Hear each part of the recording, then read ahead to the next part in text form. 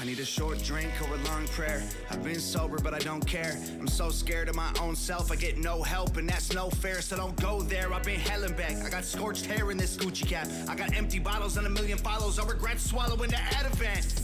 Let's be real, I resent the way that I feel. I pretend that it's cool, but I miss getting drunk, and I'm angry that God doesn't help when I kneel. I said my prayers. When I got clean, it just got worse. I quit doing drugs and I pleaded with Jesus to save me, but he didn't hear my words. The don't work, it hurts. I went to church, now I need liquid courage. Whiskey in my glass, I take the knives out of my back to stir it. Go to hell and back again, then show you burns to prove I earned it. I need shots of God to gain the strength I need. I'm just a person. I pray on my way to the liquor store that they lock the door, 'cause I'll lay in my grave if the whiskey pours like it did before. I'm scared, I send out a prayer. Can anybody hear me? Is anybody there? 'Cause honestly it hurts and every day's worse. I keep buying whiskey when all I need is church. I keep talking to God, but he don't hear me. And my demons are there, always listening. I get lost in the dark, drowning in whiskey. And I went in so far, you say you miss me. I'm on a ship in a bottle, so say goodbye at the shore. Break the glass so you'll find me, I'm not who I was before. Close my eyes in the darkness and hold on through the storm. I'm a wreck in a bottle, I wasn't built for a war. Those church pews, bright lights, whiskey glasses, bottles of booze, make short days, turn long nights. The bottle, the Bible, I didn't know what to choose. I pray on my way to the liquor store that they lock the door, 'cause I'll lay in my grave if the whiskey pours like it did before. I'm scared, I send out a prayer. Can anybody hear me? Is anybody there? 'Cause honestly it hurts and every day's worse. I keep buying whiskey when all I need is church. I can't read, but the Bible's still with me. My eyes can't see from the bottles of whiskey. I don't believe anybody will miss me.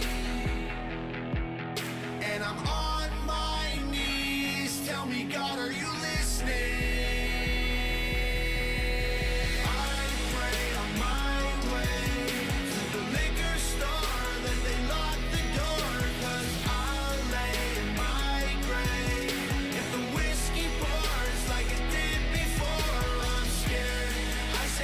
Prayer.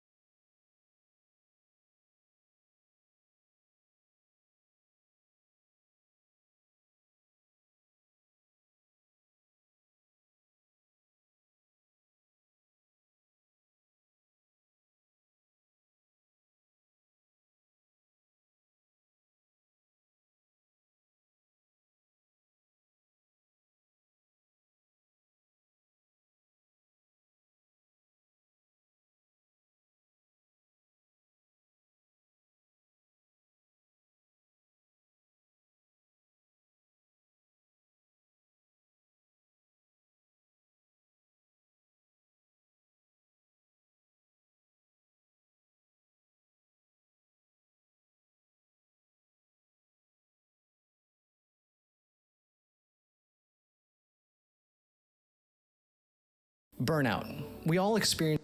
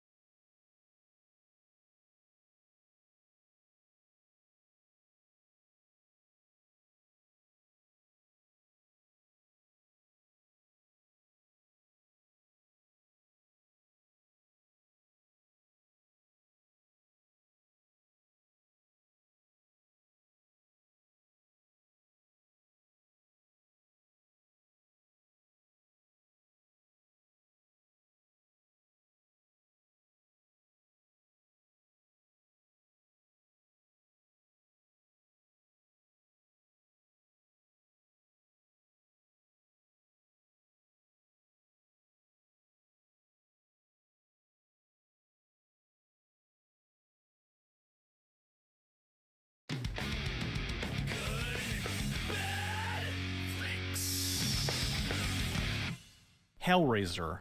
If not for Clive Barker's 1987 horror film, the notorious Nothing But Trouble may have never happened. Producer Robert Weiss had been friends with Dan Aykroyd for years. They worked together on Blues Brothers, Dr. Detroit, and Dragnet. In September of 1987, Weiss had just returned from Europe where he had fractured a rib. Since he was in town, he called up Aykroyd and asked him to go to a movie. He had one condition. No matter what they saw, it couldn't be a comedy because laughing caused him a huge amount of pain. He suggested they go see a horror film, and the film that was playing was Clive Barker's Hellraiser. Weiss said he was miserable because the audience was in tears laughing at the film. He tried to resist but couldn't help himself and ended up in pain the entire movie. On the way home, Weiss said to Aykroyd, "If people want to be scared and laugh at the same time, we should deliver that."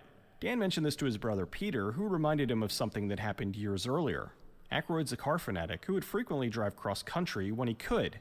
It was 1977, 2 years into Saturday Night Live, and he had been commuting from his farm in Canada to the studio in New York. Around 2 a.m. one morning, he was speeding through a small upstate New York town, and a cop pulled him over for doing 50 in a 30. He tried to pay the ticket then, but the cop said, "That's not the way it works here," and took him 8 miles out to a rundown old mansion to stand trial in front of the Justice of the Peace. The cop woke the judge. She held what he called a kangaroo court and fined him $50. Afterwards, she offered for him to stay and have some tea. Aykroyd was so fascinated by this, he accepted, and the two drank tea and talked for 4 hours. The experience was so odd, it stayed with him for years. He put his own spin on the story and said, "What if we made a movie about a crazy justice of the peace who would have people executed for minor things like traffic violations?" He took the concept and spent the next 6 months writing it. He originally called it Git, which he later renamed Road to Ruin. The script was about a hotshot businessman getting lost in a backwoods town while driving a gorgeous neighbor cross country. They end up being pulled over for speeding and are taken to see a 106-year-old judge who has some unusual methods for distributing justice. Aykroyd said, "First and foremost, it's a monster movie, an adventure comedy with parody views of horror elements." It was a horror comedy he described as Beetlejuice meets the Texas Chainsaw Massacre. The script was filled with oddities. Aykroyd based many things, like giant mutant twin babies, on a bizarre series of dreams he'd been having. He placed the events in the fictional town of Vulcanvania, which he based loosely on the town of Centralia, Pennsylvania. Centralia is a ghost town that's been condemned because of a coal fire that's been burning underneath the town since 1962. With the script written, they started looking for a director. Aykroyd contacted his friend John Hughes and sent him the script. Hughes wasn't sold on the idea, but went back and forth with Aykroyd about it for roughly a month before finally turning it down. He told him he only directs his own material, and the reason why it took so long for him to decide on this was something in the script touched on a few of his favorite sensibilities. Aykroyd then contacted John Landis, who directed him in The Blues Brothers. Landis didn't like it and turned it down immediately. During this time, Weiss and Aykroyd were shopping the script around, and it caught the attention of Warner Brothers. Warner Brothers had a good history with Aykroyd, working together on such movies as Spies Like Us and Driving Miss Daisy, so they were interested in his idea. They held a meeting with them, and the Warner Brother executives said, "We want to make this movie with you and John Candy." Aykroyd said fine, and that he wanted to play the part of the judge and the banker. They countered with, "How about Chevy Chase as the banker?" Chase was a big man at Warner Brothers at the time after doing the 3 Vacation films for them.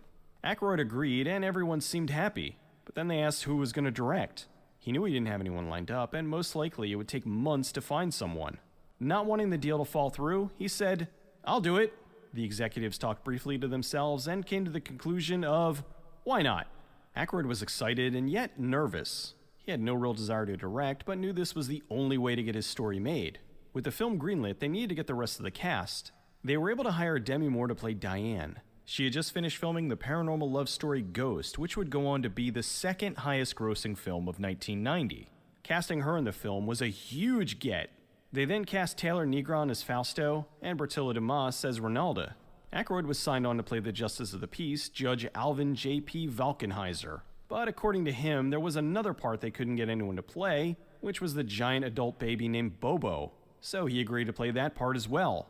His plate was now overflowing. He was the writer, director, producer, and was now playing 2 parts in the film that each required heavy makeup. He was starting to feel the pressure of what he signed up for. Still, the studio had faith in him and gave him a $40 million budget.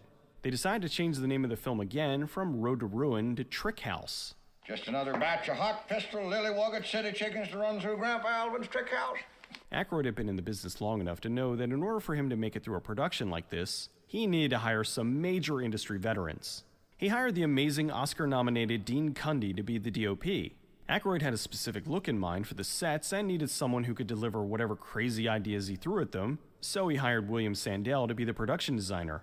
Sandell had just finished 2 massive blockbusters, RoboCop and Total Recall, so he knew he'd be up to the task. Aykroyd hit it off with Sandell right away. He had some insane ideas, and Sandell was more than happy to be able to make them a reality.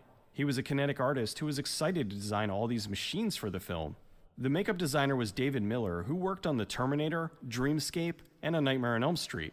When he met with Aykroyd, the design description he gave him for the judge was, "A pitted, disgusting old man who looks like a 3,000-year-old turtle." Miller was excited because that gave him a lot of room to play around with. He did for Aykroyd what he did for Robert Englund in A Nightmare on Elm Street. He life-cast his head and made his mask a 3-piece set. A nose, chin, and hood that could be applied in about an hour. They changed the name of the project yet again. Now it would be filming under the title Vulcanvania. With all the talent involved, Warner Brothers was sure this would be a hit, and before filming began, they set the release date of Christmas 1990. The production was huge and took over all the biggest stages at Warner Brothers Burbank studio. The Vulcanheiser Mansion was a 90-foot-tall building they built at the Warner Ranch in Newhall, California. They had tractors digging moats and making holes for the Lincoln Stonehenge. They needed this place to look like the family had been accumulating junk for decades, so they set out to acquire as much stuff as possible. The set dressers bought every toaster in Los Angeles, thousands of them. They found an eccentric farmer in Nebraska that, much like the judge, had never thrown anything away. He had barns filled with Ford Model Ts, old washing machines, refrigerators, sewing machines, and tons of other items. They bought the lot off him and sent numerous trucks out to pick them up and deliver them to the sets. Once there, they had a crusher mash all these items up and pile them around the house. The Teamsters working on the production were crying as they saw these classic cars either being cut up or flattened. While on the Warner Brothers lot, they had access to anything in their set dressing and prop departments. They took what they could and continued layering the sets. Even with all this, it wasn't enough. They needed more. The head of production saw things were getting out of control. He told Aykroyd, "You're our little picture. This can't go on." But it did. Vulcanvania was the studio's little picture, while they were filming their big picture, The Bonfire of the Vanities in New York. That shoot was having major problems, so all the executives were paying attention to that and were too distracted to see the unbridled insanity that was going on here. The design team needed some additional expertise on the set, and Sandell recommended special effects supervisor Michael Lantieri. Lantieri was Spielberg's go-to guy, who worked with him on Back to the Future 2 and 3, Indiana Jones and the Last Crusade, and more. Lantieri fell in love with the project and came on board to help develop whatever crazy designs Aykroyd cooked up. He bought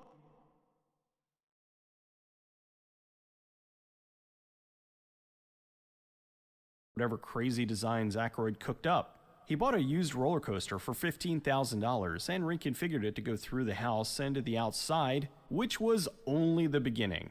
A hydraulic judge's desk? Sure! A house loaded with trapdoors and secret passageways? Why not? A giant machine that strips flesh from the bone called simply the Bone Stripper? Hell yeah! No idea was too outlandish for the team.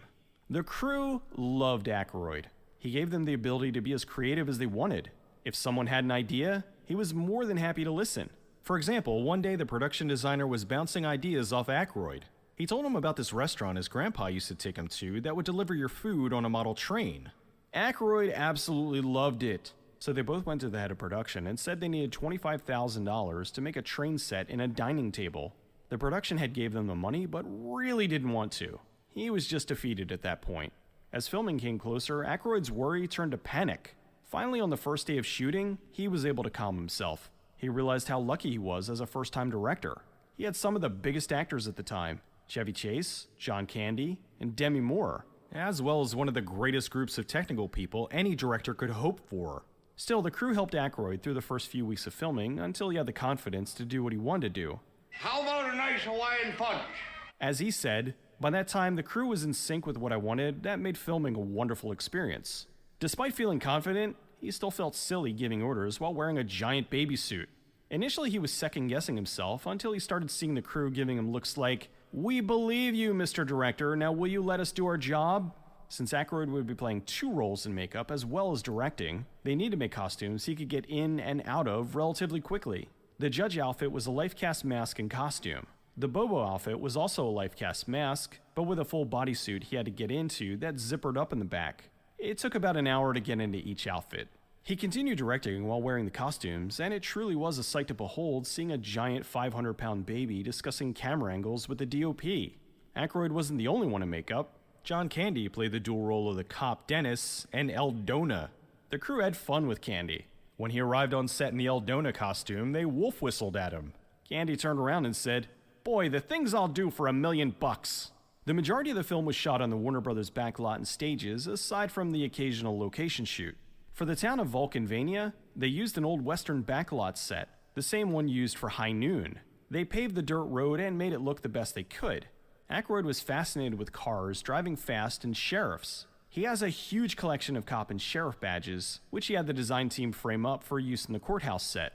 Aykroyd loved music, as was seen in the Blues Brothers. He needed a band for the film, so he used his musical connections to get the band Digital Underground. The Humpty Dance was a big hit at the time, and he was able to get the band to do a segment in the film. They shot their scenes over the course of 2 days, mostly in the courthouse set. Everyone was excited when they arrived, but after doing a playback of their song hundreds of times, it became tiresome and taxing on everyone. Aykroyd, on the other hand, was having an absolute blast the entire time and loved playing along on the organ the design team made for him. One of the extra band members was Tupac Shakur, using the name Tupac. This was the first time he was in a movie. Every day the studio was going over the dailies for the film, and each time, things got weirder to the point where they couldn't believe what they signed up for. Spending was out of control. The studio heads called meetings asking to stop the bleeding, but they wouldn't, and for some reason the studio let them continue. School buses piled on top of each other, real working drawbridges that crossed an actual moat, a roller coaster that went in and out of a mansion. It was a nightmare come to life. Everything was real. The muffler pile was 35 feet high and 150 feet long. The entire film was done with practical effects except for 2 scenes: the moat and the wide shot of the house. They used CG and matte paintings to extend the horizon on both. Aykroyd wanted this to be a stylized horror comedy, but once filming was underway, he drove it more into the absurd. No matter what he came up with, for better or worse, the studio let him do it. He tried to inject more sight gags into the film, like the scene where his nose clearly looks like a penis for a moment. The discoloration in the hot dogs was to imply that, yes, they were made out of the previous criminals that were sent through the Bone Stripper. While the studio was letting Aykroyd go mad, there was a major problem on the set: Chevy Chase. After a while, he was no longer interested in the production. He was allegedly very rude to the crew and constantly complaining about everything. He was especially mean towards Aykroyd. One day in front of the whole crew, he was yelling at Aykroyd. He was berating him over how much more the studio was paying him for being the star, as if that meant he was more valuable to the production than the director. It was rumored that Chase was getting paid substantially more than Aykroyd was for his work on the film. The crew is furious. One of them said they'd drop a brick on Chase's head if he ever spoke to Dan like that again. They loved Aykroyd, and they all bent over backward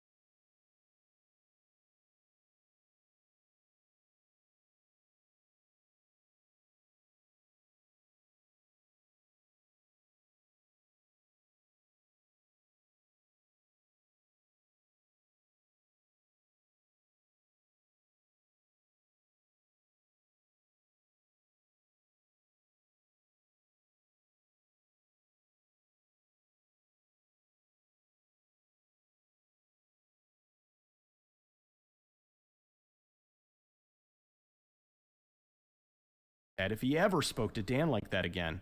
They loved Aykroyd, and they all bent over backwards to help him make the movie he set out to make. It became obvious to everyone that Chase was now just phoning in his performances and doing the bare minimum each day of shooting. For the big ending, they scouted Centralia, Pennsylvania, and used the coal fires as the basis for the explosive finale. It's the coal fire! The scenes are giving way! They had mechanisms set up to shake and rip apart the house, explosions, and tons of pyrotechnics. The train that Chase and Moore escape on was a small piece of track with a working train, which was located in the town of Fillmore. It's been used in numerous productions, from Next to Water for Elephants. While filming, they ran into another problem: the ending. It was written and rewritten a few times, but just didn't work. Finally, they decide to have it end with Chase and Moore back in their apartment, and they find out the judge is still alive. Then they end on a sight gag of Chase crashing through the wall, Tex Avery style. Overall, they weren't happy with it, but the film needed an ending, and this was the best they could come up with to close out the insanity. Aykroyd said that what happens in the film really comes from American life. It's taken to comedic nightmarish extremes, but the origin is very real. There are crazy old judges out there in the woods capable of any kind of behavior. He also noted that he knows a family that has 2 brothers with infant bodies, and they're so fat they're not allowed in the house. So while the movie is taken to ridiculous extremes, That's not good. No, that's no good! there is a foundation in reality there. Aykroyd also enjoyed the fact that he was able to play a bad guy for once. His roles largely had him as the happy-go-lucky good guy, and in this he was an outright insane killer. Shooting went over schedule by about a week, and in the end, the whole thing cost about $45 million. With the exception of Chevy Chase, everyone got along. Demi Moore was kind to the rest of the cast and crew. She put up with a lot, from being manhandled by the giant babies to having to crawl around in some disgustingly dirty environments. She was fine with that, but seemed most annoyed by What? Chase complaining on her behalf you. that her costume for the film was too skimpy. John Candy got along with muted. everyone. At the end of filming, he gave personal thank you All right. So, okay. Then I guess I was talking the whole time and muted. Thanks. So I don't know how it got muted. That's weird. Just to go over again. Chevy Chase. There's a story between Ted Knight. Ted Knight was telling a story on the set of Caddyshack, and what happened was he was yelling and complaining about Rodney Dangerfield, saying that Rodney Dangerfield was the most unprecedented, untrained, and uncouth an individual, and that he personally went into his trailer to take a dump and left it in the toilet in his trailer to stink up the whole entire trailer. And then Chevy Chase admitted that it was him that did it. Chevy Chase is, like, what I said here was being a pain in the butt, phoning things in, all that. That's the way Chevy Chase apparently is that he tends to go over things and thinks that he's higher than everybody else, and that's why in the community, when he fulfilled his contract in the community, they kind of pushed him out of the show because of that, because of his personal life off camera was pretty much the same character that he was on the screen, and everybody just didn't like him for it. People like Chevy Chase because Chevy Chase brings the audience, but the problem is that he's just a horrible person to work with. Now, as I said before in a different video, I won't denigrate or speak evil or speak bad of an individual that I've worked with at conventions, whether it be, doesn't matter how bad a person they are, how bad they are to me and how bad they are to anybody else until they, kind of pass away. But then again, you shouldn't speak ill of the dead either. Still, Chevy Chase is just an ass. That's pretty much why his talk show only lasted one episode. Few gifts to some of the crew. After they finished filming, Aykroyd made his director's cut and screened it for the studio. Needless to say, the studio saw Aykroyd's cut of the film, and to put it mildly, they didn't like it. The film was cartoonishly violent, and the studio knew it would get an R, so they had them edit it down to make sure it only got a PG-13.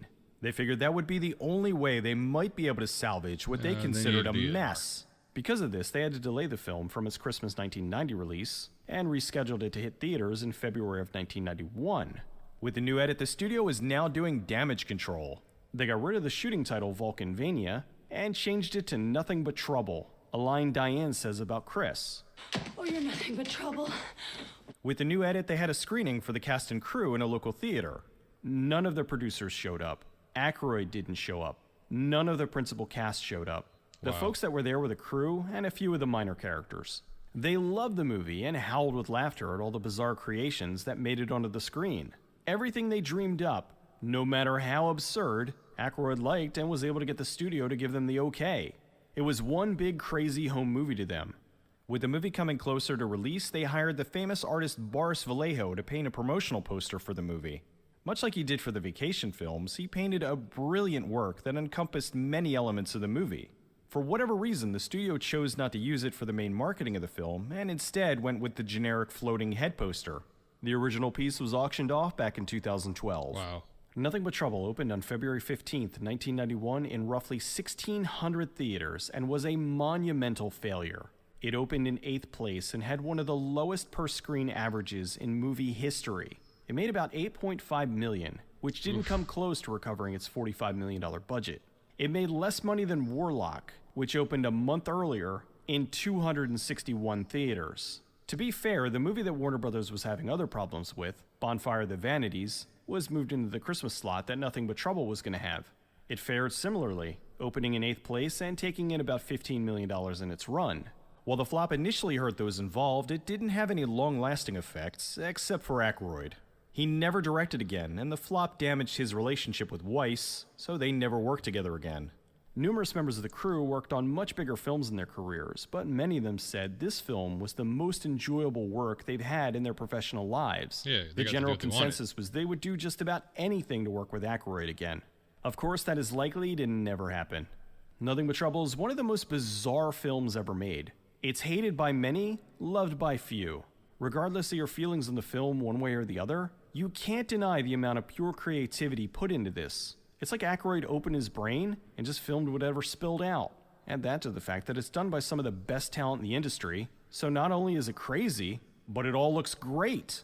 The sets, makeup, props, everything. It's clear all the money they spent was up on the screen. The movie looks beautiful in widescreen. Unfortunately, the only version that's currently available is a DVD in full frame. It drastically reduces the scale of the film, and you really can't appreciate all the work put into this because you can't see a good chunk of it. Two things about the film that I think messed it up.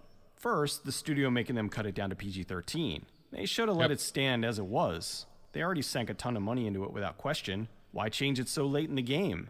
It was meant to be a horror comedy, but by them cutting out the cartoonish violence, it cut out much of the comedy. The other was Chevy Chase. I think a lot of folks don't identify with the movie because it has no center. In something this bizarre, you need someone to be the ground, which was supposed to be the lead. However, even before I started looking into this, I could tell he was annoyed with the production. With him not delivering on what he was paid substantially to do, it prevented the film from having a broader appeal than it would have had. Sure, some folks still wouldn't have liked it, but overall it would have had a better chance of drawing people into the film if they had someone to root for. While the movie's kind of a mess, I'm glad it exists. While so many films are focus tested to death and tailored to whatever was popular at the time, it's refreshing to see something so filled with unbridled passion. Aykroyd had his concept, and for better or worse, he was able to have the entirety of it visualized. He managed to say, "I've got a film about a crazy 106-year-old judge that kills people for minor traffic violations and turns them into hot dogs. He does this while living in a giant scrap heap surrounded by traps, and oh, did I mention this is a comedy?" It boggles my mind that Warner Brothers' response to this was, "Great! Here's $40 million.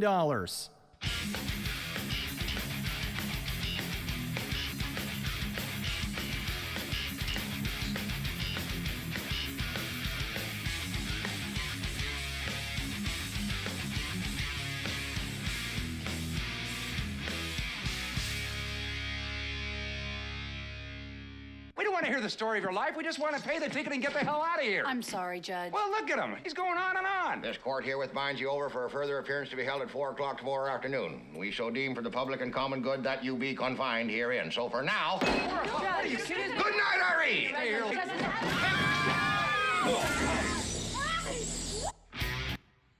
So, yeah. So what I talked about earlier, actually talked about a house that I'm moving into. So there's going to be a lot of muted information. So yeah, I guess what I did is I muted the mic last night, and then I forgot to unmute it this morning or this evening when I was checking everything. I was checking sound quality, but I forgot to check the mic quality. That was my part. Bad on my part. Also, I had to do a meeting today, and the mic kind of got screwed up for some reason. It was the speakers and the mic was not set up correctly, and the computer decided to go on itself. So yeah, that's pretty much I actually owned Nothing But Trouble on. Let's see. I actually did own it on DVD, and I thought it was full. I thought it was widescreen because I don't buy full screen stuff. I hate full screen stuff.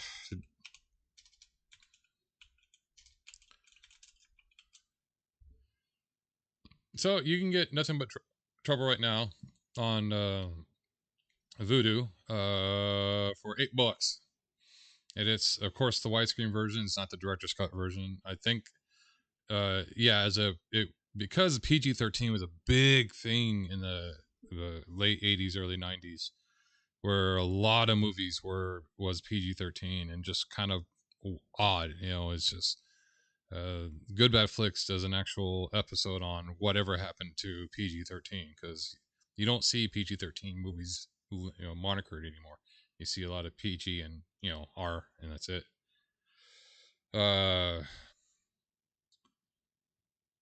I recommend this movie. The movie was actually, to me, it was actually good. It was entertaining because it was such over the top, and you see so much going on in the background, so much effects, so much oddities. I mean, like the Digital Underground, they actually filmed it it's kind of said that they got Digital Underground to do a song for her, and then they did. They actually did the song in the middle of the movie too. You know, it's absolutely funny. It's like all of a sudden, Digital Underground shows up, and you can actually go to the video that was made on MTV, released on MTV, of the Digital Underground performing the song. And Dan Aykroyd makes an appearance in it, and then you go to the movie, and there it is in the movie. I think that's kind of how I actually found Nothing But Trouble, was because I found I saw the video for it, the music video, before I saw the actual movie. I was one of those people that didn't go see it. I saw it on VHS. VHS full screen, because he went to the VHS Blockbuster Video, or I can't remember the ones we had. So yeah, it was it's not as bad as everybody seems it to be. Yes, it's kind of off because you needed Chevy Chase to be the protagonist that you root for, but as you're watching it, you're just hoping that he dies. You really do, because he just phoned everything in. Where in like the vacation movies, you understand he's a bubbling fool, and you love him for his, for that. And this one, you couldn't fall in love with him. You just hope that he actually just eventually died.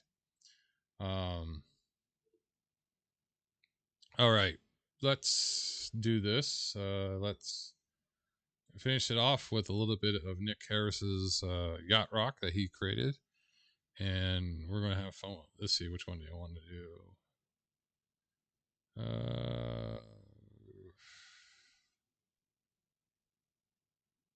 Is this what I think it is? Oh, I hope it's what I think it is. Raptor Strike, do you... Pause. There we go. Yeah, okay. It is what I think it is. I'll let you figure it out, and then I'll tell you afterwards. Yeah, this is actually quite awesome. So yeah, this would be Nick Harrison's The Professors, Yacht Rock, 2 Yachts to Midnight.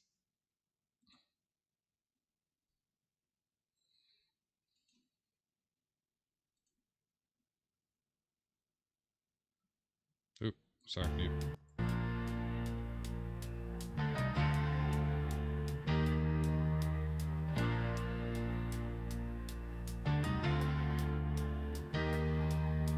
Kill for gain or shoot to maim, but we don't need a reason. The golden goose is on the loose and never out of season. Blackened pride still burns inside this shell of bloody treason. Here's my gun for a barrel of fun, for the love of living death. The killers breathe, all the demons see. The glamour, the fortune, the pain. Go to war again, but it's freedom stained. Don't you pray for my soul anymore. 2 minutes to midnight, the hands that threaten to. 2 minutes to midnight, to kill the unborn in the womb.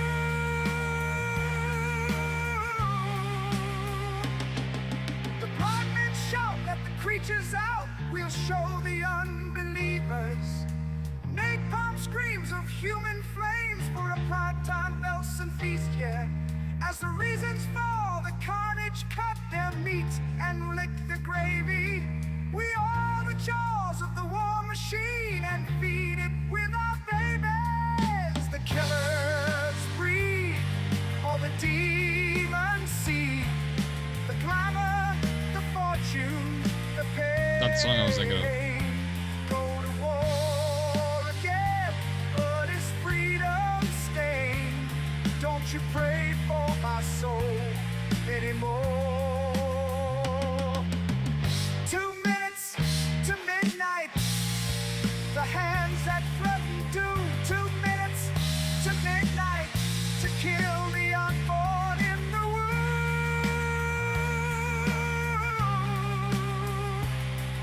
The body bag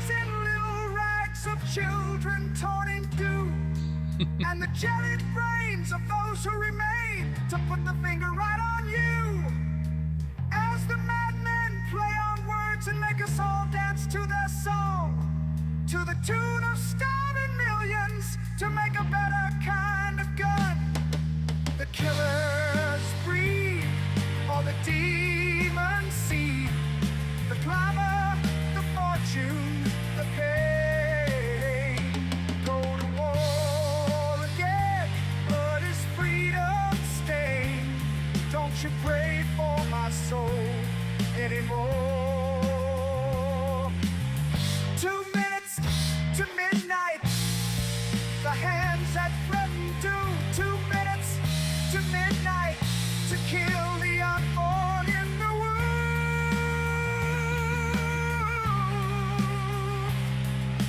Midnight.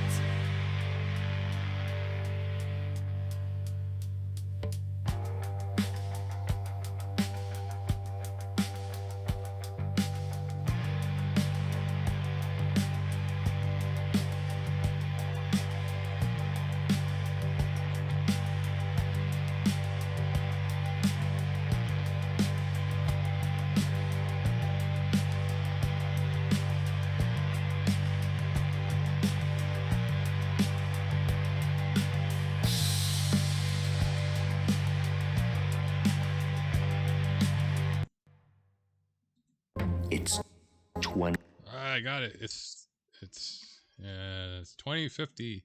All right, let's do a recap of what I talked about and what was missed. So tonight, what I talked about initially was that always got muted. Was talking about the video "Church" by Tom McDonald and how it's about. And to me, it's about the reflection of falling back quickly or easily falling back upon your own faults, your own what's the word I'm looking for here? Addictions, and that was the point of the whole song is that it's really easy to give into your own bubble, your own fear, and just resort back to what made you feel good just for the time, but really didn't really help you in any way. And then the song then of course talked about the house that I'm looking to lease in Vancouver, how the person's the pictures that shown on Google Earth was in 2019. Of course, it's 5 years ago, and the pictures that was sent to me are slightly entirely different. It currently says it's occupied, but the pictures, of course, they show if it's not being occupied, it's empty. It's a great deal on a lease, and I'm waiting for the next shoe to drop under why there's kind of issues with it. Then we talked, of course, about the movie I picked for the 31 Days of Halloween Challenge ended up being where number 17 was Werewolves, Not Squirrels, and I picked the original 1941, The Wolfman. Great film, highly recommend it. Surprising actors that you have the three standard actors that were in it that are in most of the horror movies of the time, and then of course there's the Bellamy, what's his name, Ralph Bellamy, that was in Trading Places with Eddie Murphy and Don Amici. And of course, the Explorer, and of course I was talking like crazy and no one heard me because I was muted because, well, I'm not perfect. What I need is I need a soundboard that I could after I get done with the move, I'm going to try to get the room situated with all the new things and everything. So yeah, I hope you enjoyed the mute of me talking for 10-20 minutes and nothing being heard, watching my lips move and trying to interpret what the video is. Matter of fact, I should call this actual episode Interpretations, Figure It For Yourself. So with all that, I would say this. I'll end this on the note saying, be nice, be kind, and You know, let's find our new ways in life. That was cheesy. I can't believe I said all that. Why not the little happy rainbows? They're out there somewhere. Or of course, my piggy bank with Joker and Harley Quinn. Yes, I got piggy banks.